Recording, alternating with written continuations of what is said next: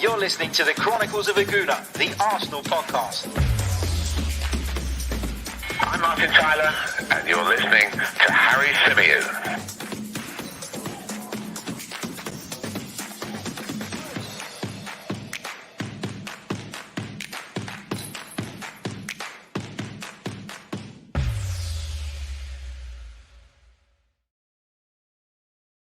Hello and welcome back to the Chronicles of a Gooner, the Arsenal podcast, part of the 90 Min Football Network. As you can probably tell by my voice, the battle continues against man flu.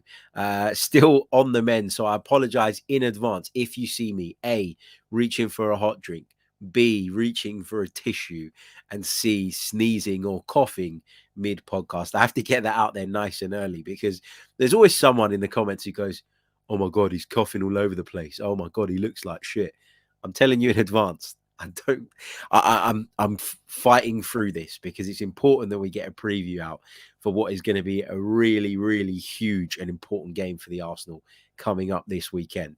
So, wanted to get that out of the way early doors. On this edition, we're going to be discussing whether the break between fixtures has done Arsenal any favours, whether it's been a pro or a con.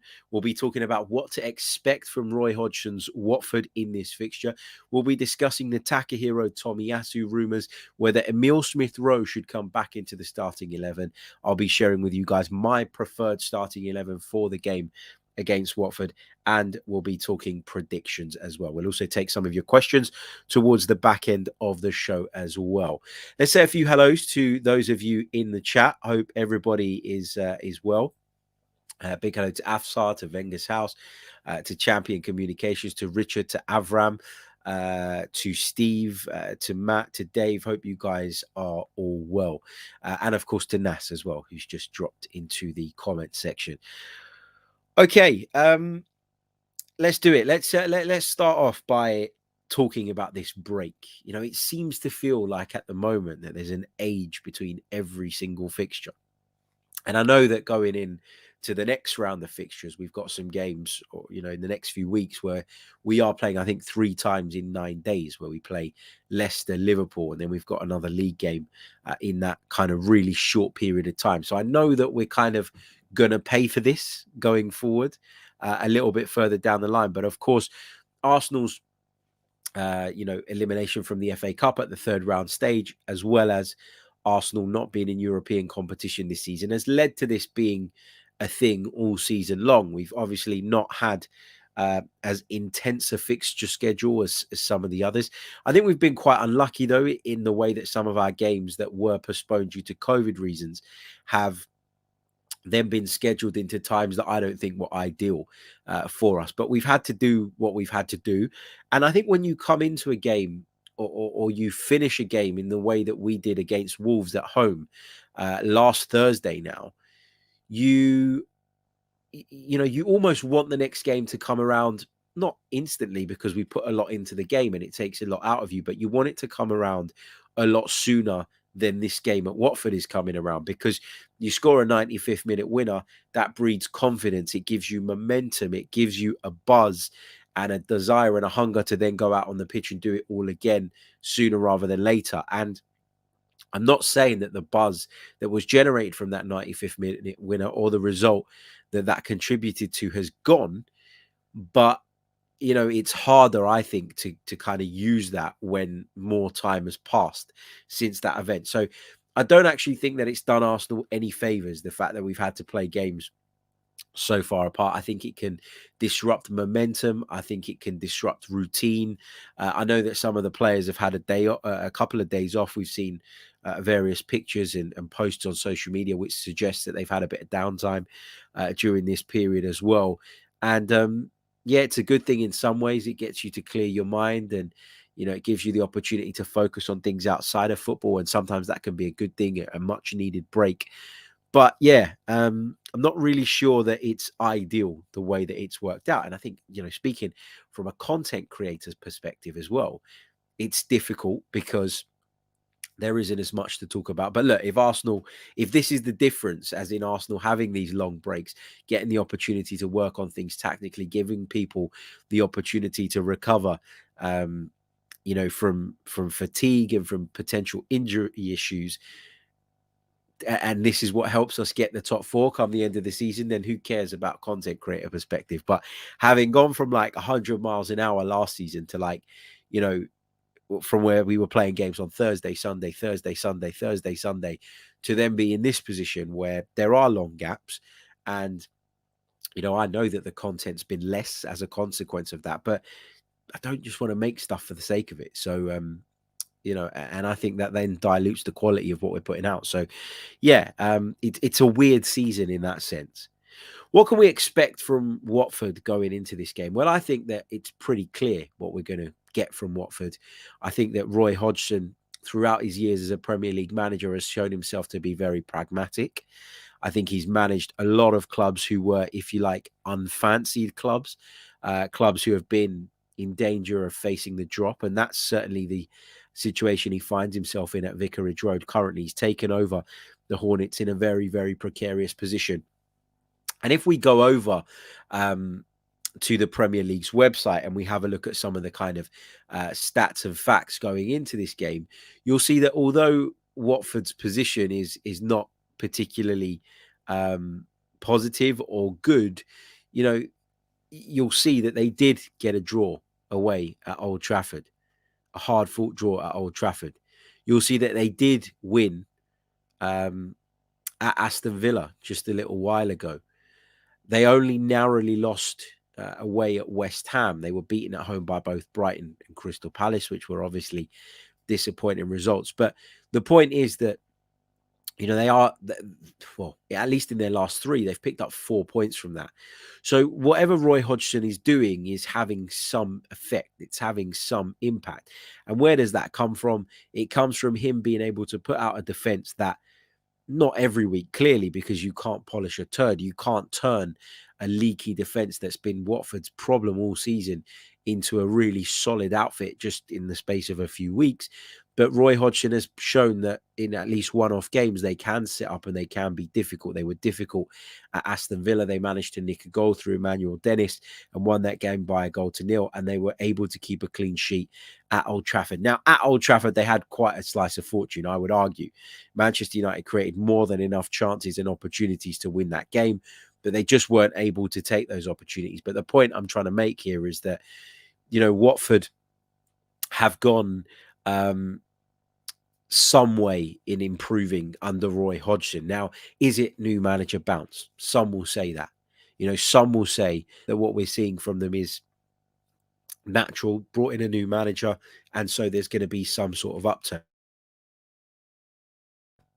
I beg your pardon. So I think that, we should expect a difficult game at Vicarage Road. I don't expect Arsenal to go there and steamroller them. Are we capable of going and steamrolling a club like Watford and a team like Watford in our current state and in their current state? Yeah, of course we are. So if Arsenal were to race into a commanding lead early on and then see the game out, I wouldn't be surprised by that. But I think if I'm thinking pragmatically and I'm thinking about the significance of this game to both sides, and it is hugely significant to Arsenal. We keep talking about there being 14 cup finals remaining between now and the end of the season. But also for Watford, this is about survival. And there is still a glimmer of hope for Watford. It's not all done and dusted. It's not a foregone conclusion that they won't be in the Premier League next season just yet. So I think the significance of the game probably will contribute to something a little bit more cagey than maybe the general public are expecting. I think Arsenal need to be patient. I think Arsenal need to bide their time. I think the quality that we have in certain areas of the park will allow us or will give us the opportunity to create chances. When those chances come along, we need to be clinical. We need to take them. And part of that has influenced my team selection, which I'm going to share with you guys in just a few moments' time. But I think it's a game that could quite easily be a lot less comfortable than maybe the bookmakers are predicting or forecasting, just because of the significance of it. I think in games like this, it's so key that if you can, you pick up an early goal.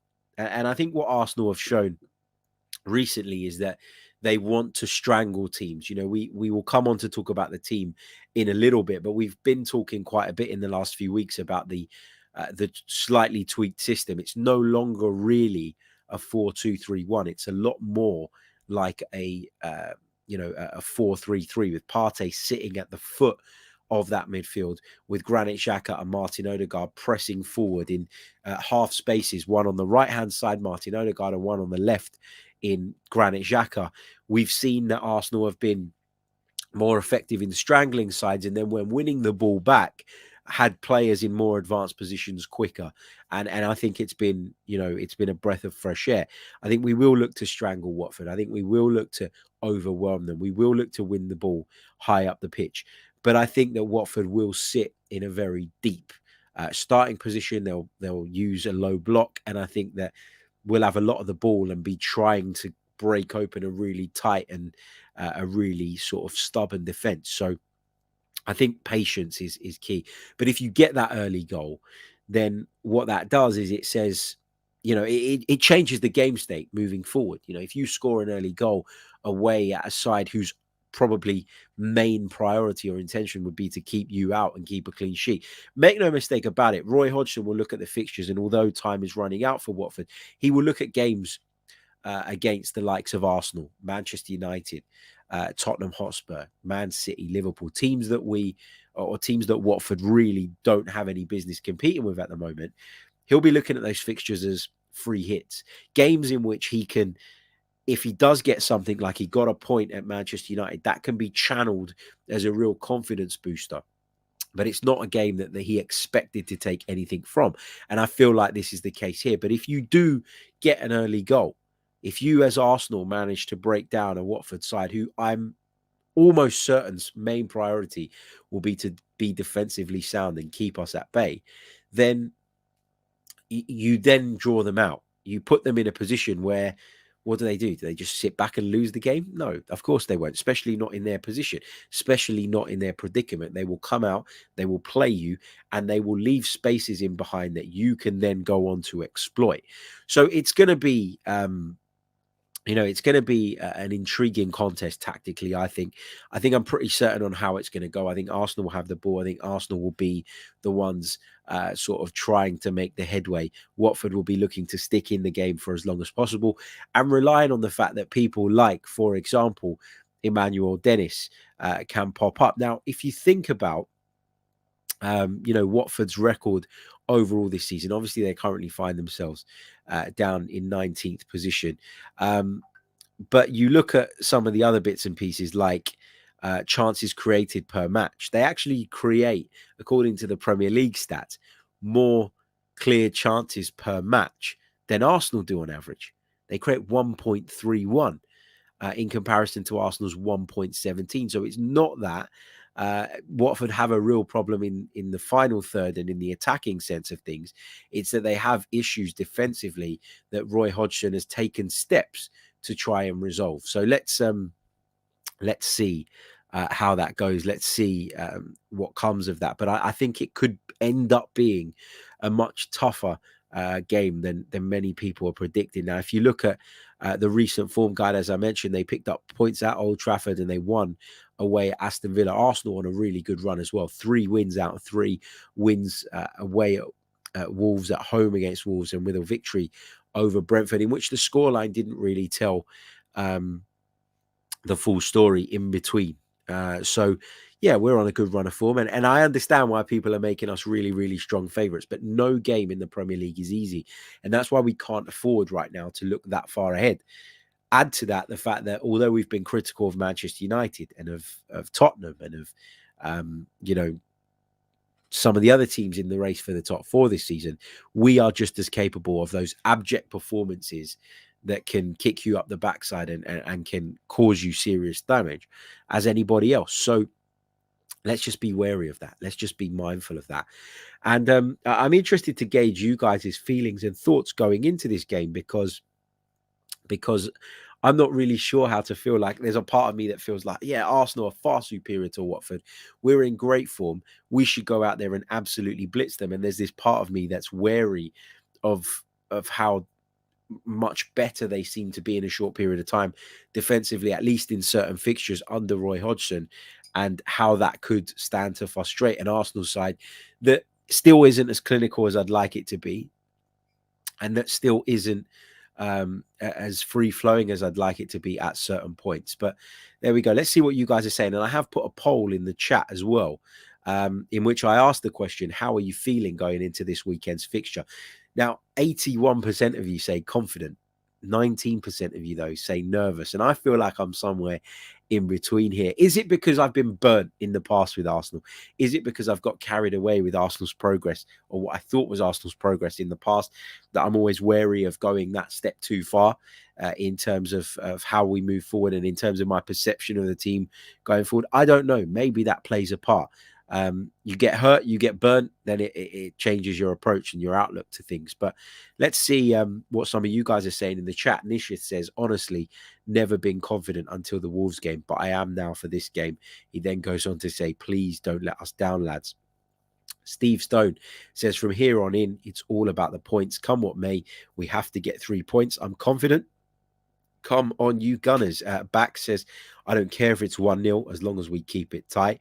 Big hello to UK Random 78 as well. Big shout out to Kiri. Make sure you give Kiri's channel a follow as well. Click on it. It's in the link in the description. It's in the comments, sorry. You just click on his name and it should take you directly over to his channel. Give that a watch and give that a subscribe as well. Hope you're good, man. Molly says, we got to be wary of Watford. Let's not forget when they absolutely punished Man United a couple of months ago. Yeah, they did. But what I would say is this, Manchester United that was arguably their lowest point under Ole Gunnar Solskjaer, right? That was the turning point for a lot of Man United fans in whether or not Ole Gunnar Solskjaer should remain in charge of the club. So Man United were in a bad way, and Arsenal, I would argue, are in a good way. I don't expect us to get pulverized the way that Manchester United did, but it's a game we should be wary of, as is every fixture in the Premier League, like I keep saying. And whenever I say things like that, the classic response I get in the comments is people saying, where are your standards? This is Arsenal Football Club. We should be steamrolling teams like Watford. The Premier League has changed dramatically in the last few years. We talk about it being the biggest league in the world, the most attractive league in the world, the best product aside from the officiating. Well, that's why, because there is jeopardy in every single fixture in this division, and that's what makes it so interesting and so intriguing. So, unless we're at Manchester City's level or Liverpool's level, you don't look at every single fixture and go, well, that should be a given victory. And Arsenal is still a long way from there, I would argue. So that's why I'm wary, and that's why I'm sort of mindful of all of that. Paul says, I'm nervous because we won all our games last month and have been playing well. Just when we think we've got it cracked, we do something unexpected like lose. Never seen a season like this. Yeah, but it's important, Paul, that we recognize that this team is still developing. It's still young. It's the youngest team in the youngest squad in the Premier League. And so there's still a lot to be learned. And so I think to expect perfection is probably unrealistic. And that's why we get into these points where we go, yes, we finally cracked it, as you quite rightly say, and then end up being kind of cast back into reality. So, yeah, I get what you're saying, but I think that this inconsistency stuff, it's a problem that's plagued a lot of the teams in and around us. And you only need to finish above what you're competing with, right? You don't, to get into the Champions League this season, perfection is not a requirement. Perfection is something you'd love and something you aspire to, obviously, but you only need to be better than the teams that you're also competing with. And we've seen, as I mentioned earlier, that all of us in this race for the top four are capable of those abject, disappointing and underwhelming performances. Matt says, on paper, this should be a relatively routine 3 points. I just hope the pressure of the top four doesn't get to the team. Me too. Going back to that stat about the chances created or big chances created, Wenger's house says that's a shocking stat. We all follow the Arsenal says, over our history playing Watford never has been easy. They've beaten us nearly as many times as we've beaten them. Let me just revert back to the Premier League's page. We can have a look at the recent meetings between the two sides. If you look at the overall meetings in the Premier League, of which there have been 15, Watford have only won 2 of those. And there's only been 1 draw. okay, which means that Arsenal have won 12. So it doesn't really back up that stat in terms of the overall history, or doesn't really back up that point you're making, mate, in terms of the overall history.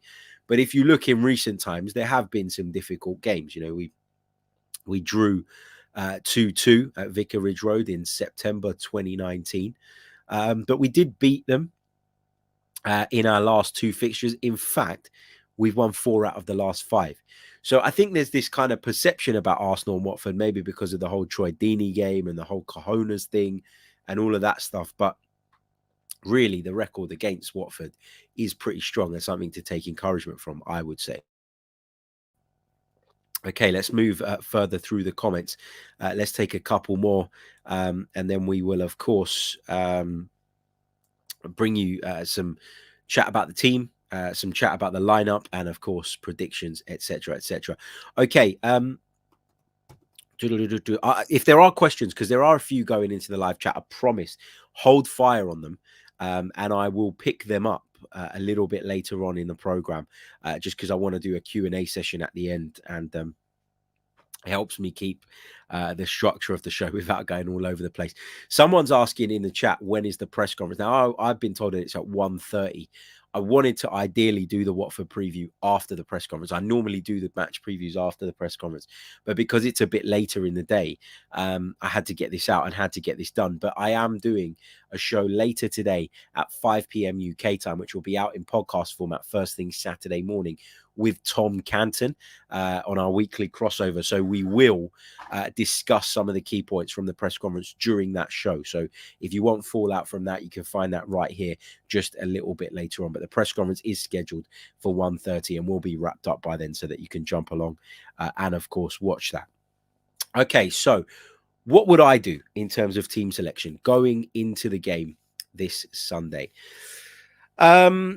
It's going to be interesting because, you know, there's a few decisions that need to be made. There's a few things that need to be considered. I think that obviously what we saw against Wolves will have implications in that, will have a knock-on effect on that. I think for me, there's a couple of things that we need to kind of address. The first one is Takahiro Tomiyasu. Now, remember, as I say, I'm doing this before the press conference, but I expect Mikel Arteta to say that Takahiro Tomiyasu is still unavailable. And that's a big worry.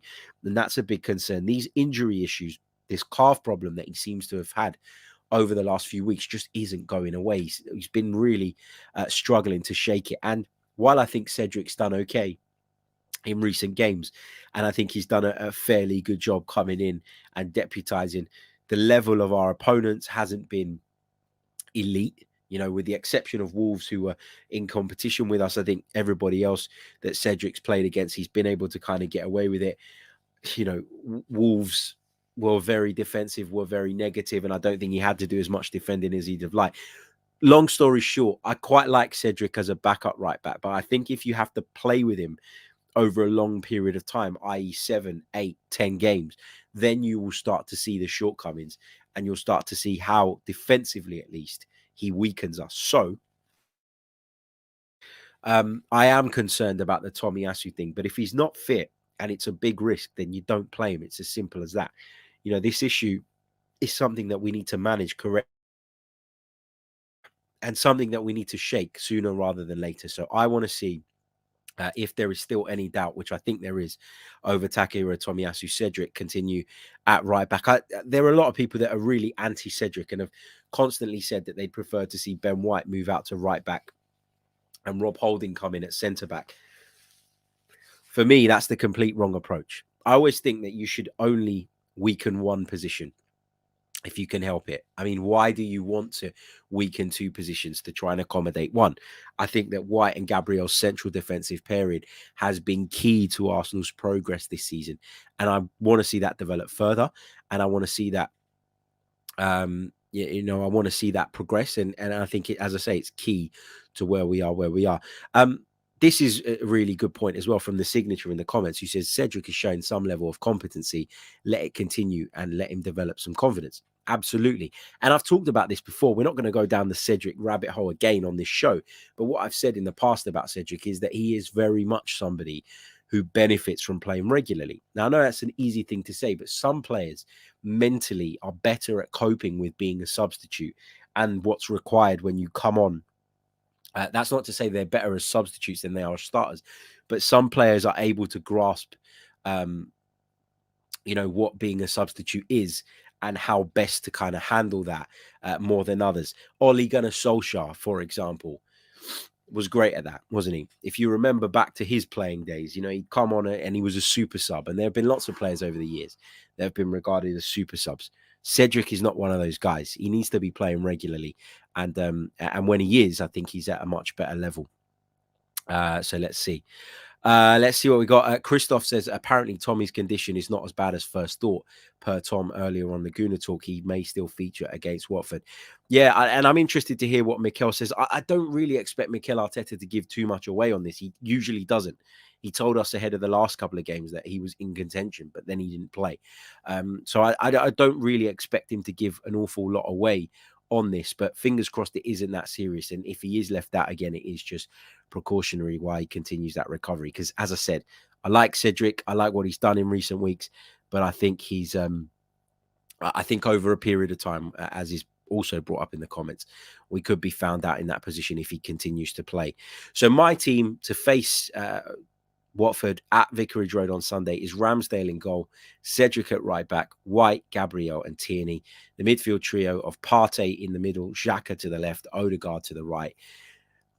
Smith Rowe on the left. I didn't think that Martinelli was very good against Wolves. I thought it was the right decision to take him off the way that Mikel Arteta did.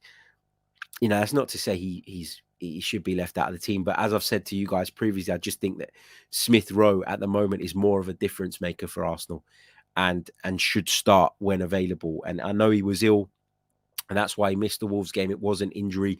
We can assume that he's recovered by now. He has been back in training, so fingers crossed he's available. And if he is, he plays from the left for me. I've seen a lot of people talking about Nicolas Pepe and the positive impact he obviously had in the game against Wolves as well. But did he do enough to start ahead of Bukayo Saka? I've gone with Bukayo Saka because I just think he's so important to us right now. And I also think that Bukayo Saka's defensive contribution, and I know earlier in the season at times I've looked back and said, well, he hasn't come back and helped out enough. But I just think Saka and Cedric seems to work a little bit better as well. And if Cedric's going to play, I think that's probably something I would look at. Pepe did more than enough to warrant being considered in the starting lineup. But I think that Pepe has that capability to come in and impact the game later on as well. So he narrowly misses out for me in the starting lineup, although he is playing with a new confidence and he is playing with a new zest. And lots of you are saying in the chat that you'd bring Pepe in. And look, if Mikel Arteta names the team on Sunday and he's gone Pepe over Saka, you're not going to hear me complaining about it, but it's just what I think he's going to do and probably what I would do. Given I know Saka's tired, I know he's been run into the ground, but we've had a good long break since our last game. So I think he'll probably feel as though he's had enough recovery time. And it'll be interesting to know, wouldn't it, how his workload has been managed since we last played our game in terms of training. Has he been given extra rest? We know a lot of the players have had more rest than they normally get, but there's just, there's a lot to factor in here that we don't maybe always know enough about to judge or understand why certain decisions are being made. But I think I'd go just with Saka because I think he's been so important, and him and Smith Rowe as a combination have been really, really key. And of course, Lacazette leads the line for me. Okay, just before we move on, I just want to bring you to the attention of Football Prizes, our new partners. And if you'd have been watching the show over the last few days, you'll have seen that there was a signed Thierry Henry shirt up for grabs. All you had to do was head over to Football Prizes, link in the description, buy your ticket for £4.95, and your name will be entered into the draw of 99 people, giving you a chance to win that splendid prize. Now, that has been sold out, and that competition is now over. But Football Prizes are not stopping there. They've got another fantastic Arsenal prize up for grabs, and it's a signed and custom framed football boot by Ben White, who's been brilliant this season. He's captured the imagination of the Arsenal fans, already very fast becoming a fan favorite. So if you are interested in getting involved in this, head over to the link in the description and you can buy a ticket for just £5.95. You'll then be automatically entered into the draw, and all the details of that draw, where it takes place, how you can keep up to date with it, etc., can be found at that link. So please do check it out. Okay, so moving on. Let's take a few of your questions just for the last sort of 10 or so minutes. While you're getting those questions in, I just want to quickly remind you that if you haven't hit the like button already, what are you waiting for? Please do that. It really, really does help us get up to at least 100 likes. It really, really does make a difference. And please subscribe to the channel if you're new. We continue on our goal towards 20,000, which we're hoping to achieve by the end of the Premier League season. And we'd really, really could really do with your help. So like, subscribe. You know the drill by now. Get your questions in the chat box too. I'm always grateful for that as well. Now let's see what you guys are saying in there. I have got a question relating to Ben White, which I favorited earlier because I knew it would be a good one to come back to a little bit later on. But Nikhil says, beg your pardon, my throat is just tingling all over the place. I can't tell you how difficult it was to be on a 2-hour radio show yesterday without coughing. Nightmare. And I have to say thanks to Adi Oladipo, by the way, the host of the show, who spotted me a couple of times, kind of like giving him the plea to like take over so that I could move away from the mic and cough it out. So yeah, big shout out to Adi as well. Nikhil's question, going back to that, is, has Ben White been the best English centre back this season? Always love to tune into your streams, Harry. Love from India. He's been right up there, and he should be in consideration. Like, you know, it was clear that during the last summer, he wasn't in the same bracket, at least in England's eyes, as Tyrone Mings. And I think he's overtaken him by quite some distance. So I think there's a good argument. You know, he's been better than Maguire. Has he been better than Stones? I don't really know. Stones is always has his moments, but I think overall has been quite good the last few seasons. So I think that he's definitely in the conversation. You know, I can't think of too many better than Ben White. So he's surely fired himself up the pecking order in that sense. Thank you, Nikhil, for the question, and love to everyone joining us from India as well. Big thank you to Sam Tressida, who's just signed up as a member of the channel. Thank you so much, mate. Really, really appreciate it. Welcome to the Chronicles of a Gooner family. If you head over to the community tab as a member, you should now be able to see the link to the Discord server, which I'd love you to come and join. Great conversations going on in there all day, and there's details of our member stuff and opportunity to get your questions into our weekly members mailbag show. So please do get involved over there. Thank you. Big hello to the Wandering Minstrel as well. Hope you're good, man. Abdulaziz says, what happened to your voice? I've got a cold, man. I've got a cold and it's killing me. And, you know, when your job is based on using your voice, you don't, like, what can I do? Like, if I take a few days off, I don't get paid. And, you know, it's not one of those jobs where you can just go, oh, I'm sick, I'm not coming in today. You got to just get on with it. And, yeah, it's been tough, but that's what's happened to my voice. Matt says, Pepe or Martinelli, who gets more goals or assists over the remainder of the season? For me, Pepe, even if he's doing it as a substitute. His conversion rate, or, you know, his rate at which he produces assists and goals in comparison to some of the rest of the Arsenal players, is just so much more superior. And it's why I've always said that he has a role to play. You know, people have criticized me for backing Nicolas Pepe at times, and I've always said, have him on the pitch, he has a chance of producing you something, and a greater chance than a lot of the players that we have out there. You know, I said at the start of the season, one of my big concerns was, could Saka and Emile Smith-Rowe step up to something more like Nicolas Pepe's level in that regard? Emile Smith-Rowe's done it, Bukayo Saka's gone some way in doing it, and I think that's been key in their improvement, and it's why we are where we are, because their improvement has meant that we can now push on. But yeah, you know, I still believe that despite the promise and the quality shown by Gabriel Martinelli, I still think Nicolas Pepe today is a bigger goal threat, just because of how calm and cool he is in front of goal and how ruthless he is in those positions. I mean, that touch and finish for the goal against Wolves the other night was superb. It really, really was. And he's really good in those positions when it's just instinct, when instinct kicks in. He's a wonderful finisher. So, yeah, I think Nicolas Pepe wins there. Let's take this one from Jonathan, who says, thoughts and opinion on the Darwin Nunez links as a striker to Arsenal. I've actually talked about Darwin Nunez on a video where we discussed striking options for Arsenal a little while ago. It brings a lot of the attributes that I'd imagine and expect Mikel Arteta is looking for, but I also recognize that there's still question marks around whether that will be translatable to the Premier League. But yeah, he's someone that we should consider. But for me, when the January window shut, all the transfers talk just went to bed. We got to leave that now, and we got to look. There's no point in crying about what we don't have. Let's look at what we do have.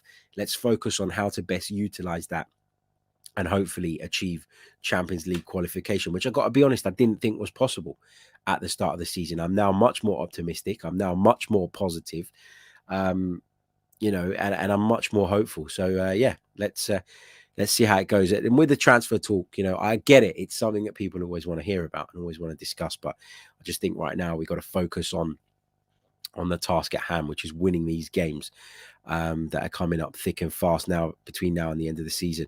Avram says, what players do we need to rest for the next 3 games? I think, one of the positives of being out of all the other competitions is that you don't really have to rest as much if people are managed right and recover right. And I think what we've seen in the Premier League is we've seen varying approaches. We know that there are managers out there who do like to give players time off in between games because they feel that benefits them. They're still maintaining their fitness level and sharpness level, but maybe taking their foot off the gas just slightly in training.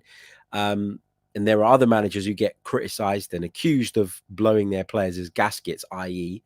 Marcelo Bielsa, who got that criticism quite a lot during his time at Leeds United. I don't think there's anyone really that, I think the one that stands out to me, the one that I look at sometimes and think he looks a little bit leggy now, late on in games, looks a bit tired, looks a bit burnt out, is Bukayo Saka. But with Nicolas Pepe seemingly coming into form, that maybe gives Mikel Arteta the opportunity to do that. Will he do it on Sunday? I'm not so sure. I think he's got big faith and big love for Bukayo Saka, and I think he'll probably start the game. But if there's one that I think we probably need to rest, I think it's probably him. Wondering Minstrel says, Harry, do you think the non-believing fan base has started to change their thinking towards Arteta and their plans going forward? I think it's impossible not to be more encouraged and more positive about what you're seeing. But also we've got to be careful not to get carried away, right? This could quite easily still blow up in our faces. So I'm kind of in this place where I'm like quietly optimistic, but don't want to go too big on it just from fear of my knowledge that this Arsenal team still have a long way to go, still have a lot of shortcomings and could still produce, as I keep saying, those abject performances that can let your season unravel. Seen some horrible comment just come up in the chat box of a racial nature, and I've blocked that person and kicked them out of the chat just to reiterate, none of that will be accepted in the chat of this channel. It will be dealt with quickly, as quickly as I can see it and as quickly as I can get to it, and those people will be blocked. So I do apologize if anybody come across that in the comments and was offended by it. Champion Communication says, would you take Watkins from Villa? No, I wouldn't. I really, really wouldn't. I commented on something yesterday. There was a conversation going on Twitter where there was a quote from I think it was from a report, and it was relayed on Twitter, and the report said something like, Aston Villa are recognizing that Ollie Watkins or feel that Ollie Watkins, or Steven Gerrard feels that Ollie Watkins is not the A-list, I think the quote was, A-list striker that he needs. He's not the A-list striker that we need either. And that's my opinion on it. So we'll talk about it in a little bit more detail maybe when the transfer window opens up again and we go through the candidates that are being linked and we talk through them. But for reasons I explained earlier on in the season, lots of hard work, lots of, industry, but not the guy for me, and as well, I beg your pardon, when we were in January and thinking we were going to sign Dusan Vlahovic and Alexander Isak, the kind of indirect message that came from the club was, we are not going to pull the trigger on something that we don't feel is the right thing just for the sake of doing it now. And having taken that into consideration and kind of adapting to the idea and the thought process of, well, let's wait and get what we actually want in the summer, I can't now back something like Watkins. I feel that would be really, really underwhelming. The other side of that coin, though, is, of course, that, Mikel Arteta bought players last summer that we thought were underwhelming, who have gone on to do really well. So I wouldn't be sitting here going, what the fuck are you doing, Mikel? But, it's not the option I'd go for. It's not the option I'd explore. Just going to take a couple more questions just because Mikel Arteta's press conference is just a few minutes away, and I want to get onto that. But we will talk a little bit again later on around all of that. So come and join me at 5 p.m. with Tom Canton live on the channel. Big hello to Ashish from Nepal, who joins us as well. Let's take this one. Sam Tressida, how long before Spurs and United catch up on the culture and mentality first approach that Arteta has implemented at Arsenal? And it's perfect for their situations. Yeah, I've said it on the radio lots over the last few weeks. Manchester United and Tottenham, their squads needs ripping up and starting again. And we've done that, and we've gone through a few years of pain. It's led to 2 8th place finishes. Those clubs seem to be in denial about it. But now, this is why now we've got an opportunity to steal into the top 4 and then consolidate ourselves as a Champions League club while continuing to develop all the time. Because yes, Arsenal have progressed, and yes, Arsenal have improved, but the door is open because the competition around us isn't that strong. This is an opportunity based on where they are, more than it being that Arsenal have just become so good that we're now the favourites for it. So I think it's important to have that in your mindset when watching how the remainder of the season unfolds. In terms of a prediction for the game against Watford, I'm going to go with a 2-0 win for the Arsenal. That is my prediction. But I'm going to leave it there now, because the press conference, Mikel Arteta's press conference ahead of the Watford game, is just around the corner. So I'll catch you all a little bit later on. Don't forget, hit the like button on the way out. We're still quite a way off of the 100 like target. So guys, please do hit the like button during the outro. Please subscribe to the channel if you're new, and I'll be back later for more Arsenal related content. Catch you all then. Goodbye.